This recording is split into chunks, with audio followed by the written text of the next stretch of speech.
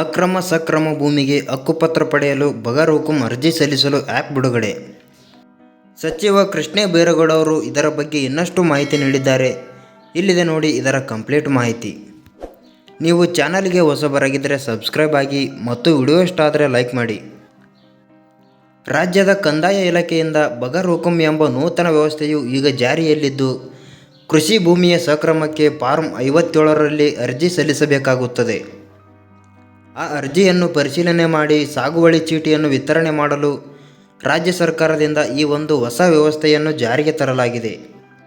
15 ವರ್ಷಗಳಿಂದ ಉಳುಮೆ ಮಾಡುತ್ತಿರುವವರಿಗೆ ಮಾತ್ರ ಸಕ್ರಮಕ್ಕೆ ಅವಕಾಶ ಇದೆ ಎಂದು ರಾಜ್ಯ ಸರ್ಕಾರದಿಂದ ತಿಳಿದು ಬಂದಿದೆ. ಹಾಗೆಯೇ ಅರ್ಜಿಯನ್ನು ಪರಿಶೀಲನೆ ಮಾಡಿ ನಂತರ ವಿಲೇವಾರಿ ಮಾಡುವ ಬದಲು ತಂತ್ರಜ್ಞಾನ ಬಳಕೆಗೆ ರಾಜ್ಯ ಸರ್ಕಾರ ಮುಂದಾಗಿದೆ. 1980ರಲ್ಲಿ ಕೃಷಿ ಚಟುವಟಿಕೆಗೆ ಸಣ್ಣ ರೈತರ ಬಳಿ ಜಮೀನು ಇರಲಿಲ್ಲ. ಅಂತಹ ರೈತರಿಗೆ ಸರ್ಕಾರದಿಂದ 2 ಎಕರೆ ಜಮೀನನ್ನು ಮಂಜೂರು ಮಾಡುವ ವ್ಯವಸ್ಥೆಯನ್ನು ಅಂದಿನ ಸರ್ಕಾರ ಜಾರಿ ಮಾಡಿತ್ತು.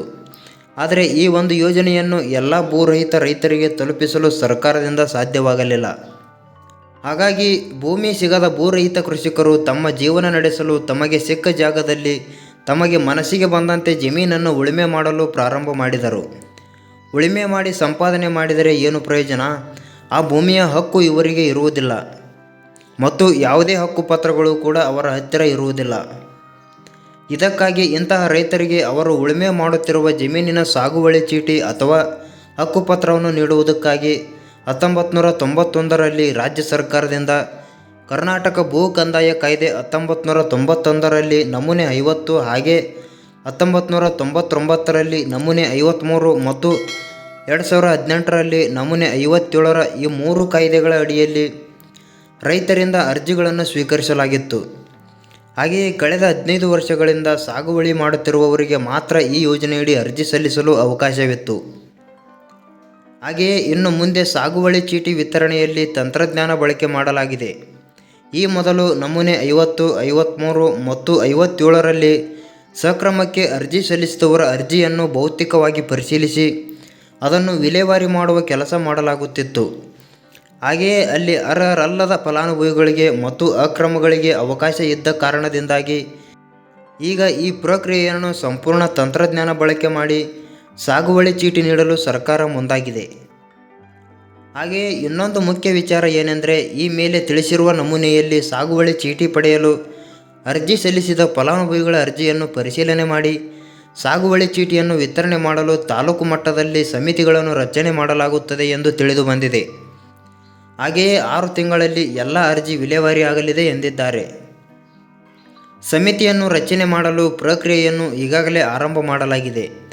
ಹಾಗೆಯೇ 50 ತಾಲೂಕುಗಳಲ್ಲಿ ಸಮಿತಿ ರಚನೆ ಪ್ರಕ್ರಿಯೆ ಪೂರ್ಣಗೊಂಡಿದ್ದು ಆದಷ್ಟು ಬೇಗ ಆದೇಶ ಬರುತ್ತದೆ ಎಂದಿದ್ದಾರೆ. ಉಳಿದ ತಾಲೂಕುಗಳಲ್ಲಿಯೂ ಸಮಿತಿಗಳ ರಚಿಸಿ ಆದಷ್ಟು ಬೇಗ ಎಲ್ಲ ಕಾರ್ಯ ಮುಗಿಯಲಿದೆ ಎಂದು ತಿಳಿಸಿದ್ದಾರೆ. ಬಗರ್ ಹುಕುಂ ಅರ್ಜಿ ಸಲ್ಲಿಕೆಗೆ ಆ್ಯಪ್ ಬಿಡುಗಡೆ. ಈ ಆ್ಯಪ್ ಬಗ್ಗೆ ಕಂಪ್ಲೀಟ್ ಮಾಹಿತಿ ಇಲ್ಲಿದೆ ನೋಡಿ.